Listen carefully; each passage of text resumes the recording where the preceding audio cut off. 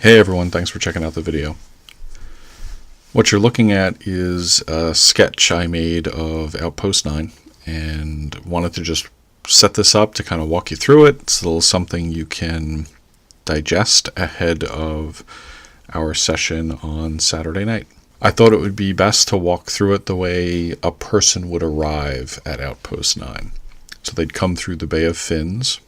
You can see that there is a tower called Widow's Watch, which overlooks the bay and would normally have signal lights to help ships navigate into Outpost 9.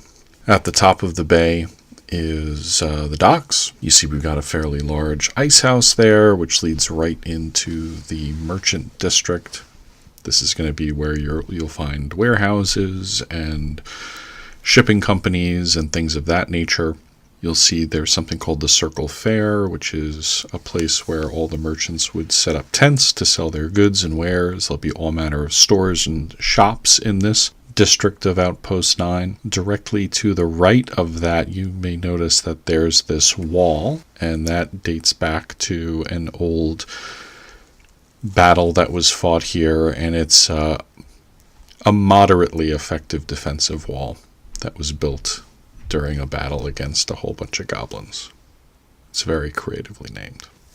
Further up, you see that there's the Artisan District, which is where you're going to find all the craftsmen, jewelers, upper middle class type fare.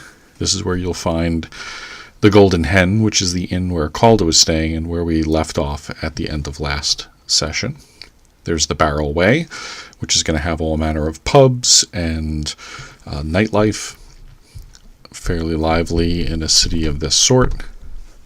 To the left of that is the Village Square, which is the original town that had been first settled here, Outpost 1, although it wasn't called that. And overlooking that is Temple Oculon, which is the oldest structure that's in Outpost 9. It's an old ancient temple to Anu, the original god, which has since vanished from the world, and his watchful eye gazes down on the town. It was originally intended to be comforting.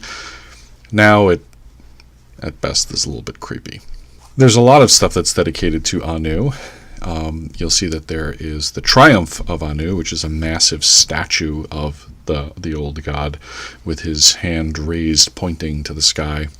All those buildings there would be where the mercenary companies are mostly housed. And then there's a short gate ahead of the constabulary. The short gate is to keep people from the town proper from simply rushing up to go towards the Crow Towers, which is the fort where the Ravenest garrison is held, or climbing their way around and up the bluffs to the Overlook District. And the Overlook District is where the wealthiest of the wealthy reside, and you'll see there's something called House Petrosian, which is this incredibly powerful and influential family that came from Ravenest, and they are probably the ones that have the greatest financial investment in Outpost 9 working. It is Petrosian himself, the head of the family, who's the governor of Outpost 9.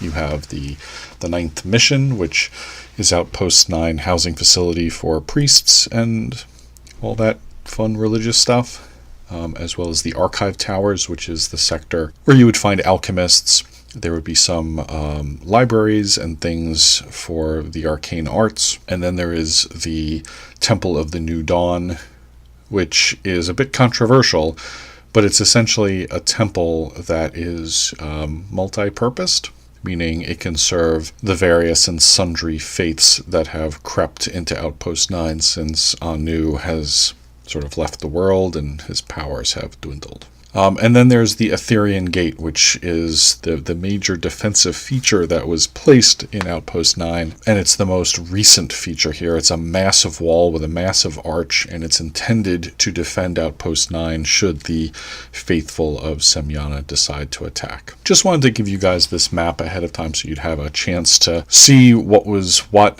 and how it was laid out. It's a very eclectic place.